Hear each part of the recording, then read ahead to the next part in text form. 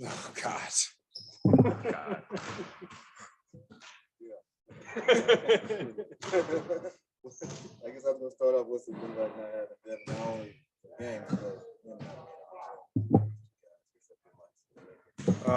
Different, man. You know, that's one of our brothers. We miss him. Just miss his sarcastic ass in here sometimes. But yeah, we miss him, man. You know, we always want our guys out here.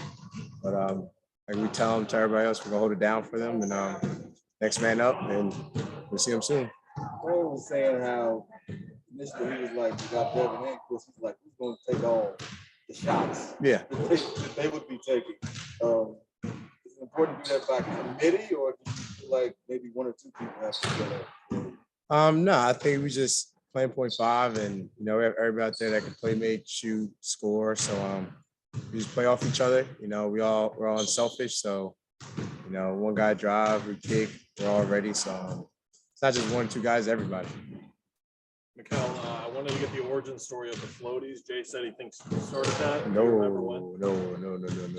Where's it? Okay, where's that going? Jay started it. Okay. 9-9 started it. I just joined it. Heard when he did it, and I saw him. A person like me, if I'm like a kid with that, I saw somebody do it, I'm like, that's a nice celebration. I might add on. So he was making them. So every time he was making them, I'll put the floaty on. Sometimes I used to forget when I'll shoot them. Then once I start making them, it's just second. Now I'm just doing it every dang time. So 9-9 started it. Jay's been taking that shot a lot more. I was wondering from your guys' position, you get labeled a 3-and-D guy all the time, and Jay's saying like I'm a basketball player, like I can do stuff like that. How much pride do you guys take in showing that you're not just this label of two things? We hoopers, man. We work on our game every day, especially in the summer too. So obviously we always have a role, but once you're on a really good team and you try to make it to the end, that whatever role is always goes up. Like I said, with Book and CP, what they're going to do, they're going to try to make the other guys beat them. And so that leaves more opportunities for me, Jay, Cam, everybody else that's not Devin and Devin, either Book or CP.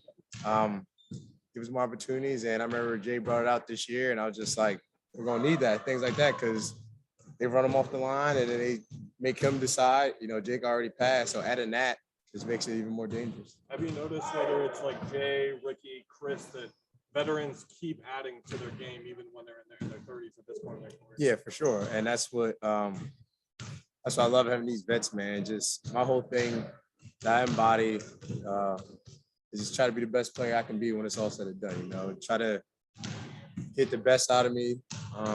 So seeing Jay, everybody else doing that at the age they're at is just dope, because I see myself at that point at 29, 30, like to keep trying to expand as much as I can. So it just shows a lot of ways more than they know to the young guys that are here. How big was it to have campaign back the other night, especially without Chris and both out there? It was great, man. See Payne, like I said, one of our other brothers.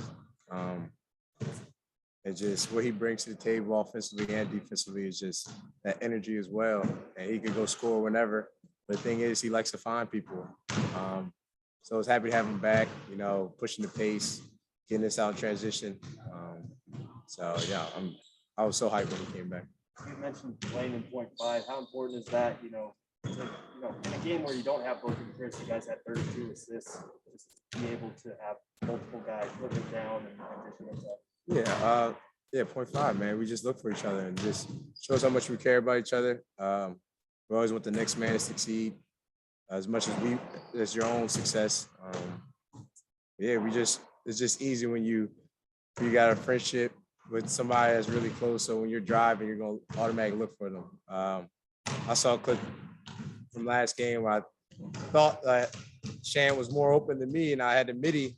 I'll shoot that midi with two guys on me, and I rose up and I hit it to him in the corner. But it's just like unselfish, bro. We just care about each other, and I'd rather Sham hit that corner trade than me hit that midi, and that's not just me. That's everybody. I know Sham or Cam, anybody else who do the same thing. You initially did the whole women next stand back. Did you see it evolving?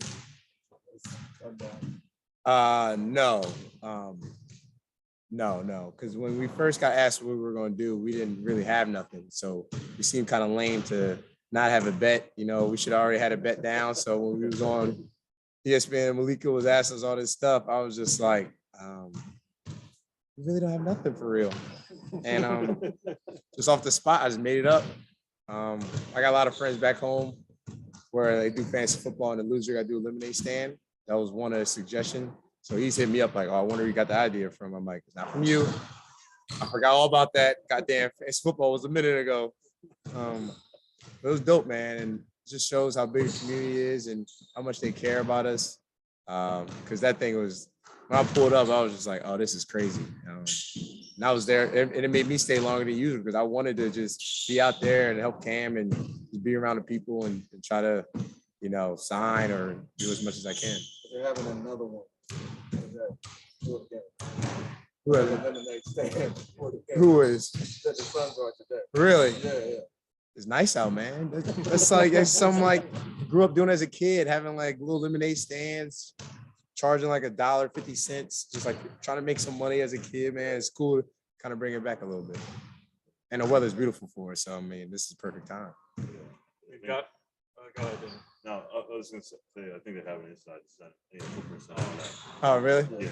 Oh, okay, that's cool. Before the game. So I got another related question. And Monty said yesterday that some other guys besides Book he'd like to promote, you know, all defensive teams they could, like you, Jay, besides Book. But how much do you get inspired to play off of what Jay does on defense and besides what you both do on offense to each other? Man, all the time in the game, man, Jay just inspires me. Just all the things he does defensively. You know, how good he is on ball, but also how great he is off ball. And I feel like as a player myself, that I want to be as equal on both ends, on both sides of the ball, like on both sides on defense, where I could be really good on ball and ball screens, and then also weak side. And I should know I'm not there yet, especially on the off ball end, and just being around Jay, man, and learning so much from him. You know, it's not easy sometimes not getting as many shots up, but also doing all the other little things. And I remember that I tell him all the time. I think the Sixers game at home, I don't know if he scored or not, but he was struggling, but he had like 12 boards and so many steals and had that big play where C went to the line, made one, missed a second, got the dude got the rebound, like smacked out his hand, hit CP for a three. And that's just like, that thing got me boosted. I wasn't even hyped about CP's three. I didn't care about that because I knew that was going to be cash. I'm yelling at Jay because that stuff gets me going, man. It gets our team going. And it's just, I know teams let him go sometimes or think he's not worth it, but he's worth every single penny, every thing. So I'm just happy we have him and we're not taking him for granted. Because I definitely sure ain't. I just have one last one. What brings up this, even DeAndre with the song and dance? The song, man, it's a song. PA loves the young boy, right? He's like the biggest young boy fan ever. I'm not that big on young boy. I know a couple songs, but that one right there, oh my God, it's like one of my favorite songs. And when they've been playing it for a little bit, so once they've been playing it, it's just like I can hear it. I can just hear when the beat comes on. I'm started singing it, and then I kind of like look, and DA just staring at me, and I'm like, all right, I'm gonna sing with you. So we just keep singing it, man. It's just, I mean, stuff like that just gets me going, gets us going, getting ready for the game.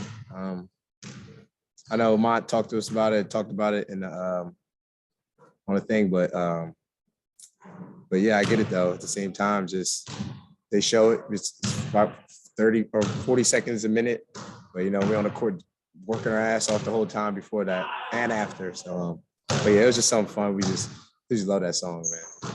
The other thing I had, we've got a fellow podcaster in our midst now with you joining JJ.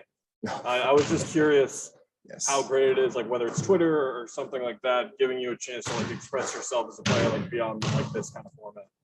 It's dope. I could curse a little bit, you know, my mom. I heard it. My mom, and it was all right, a little potty mouth, but I'm just being myself, man. I'm just talking, never disrespectful or anything like that. I just know JJ and them just going to ask some funny questions and get me talking about stuff. It was dope, man. It's really cool to this podcast things is dope. That initial interview you did with him at that spark. what we're seeing now? He initially attacked him. Was that sort of origin of this? Yeah, I mean, that was fun. He kind of got me riled up. Right. I usually don't get riled up about things like that because it really don't mean nothing. You know, like the whole media thing that doesn't like they say this, that, but they're not playing. So they really don't know what goes down, you know. So he got me riled up. And I'm never like that. What about that stuff? Because I'm just like, I'm cool about it, but he was making me talk about it. And you know, got me talking. Yeah, definitely. Thank you guys. you. 11:20.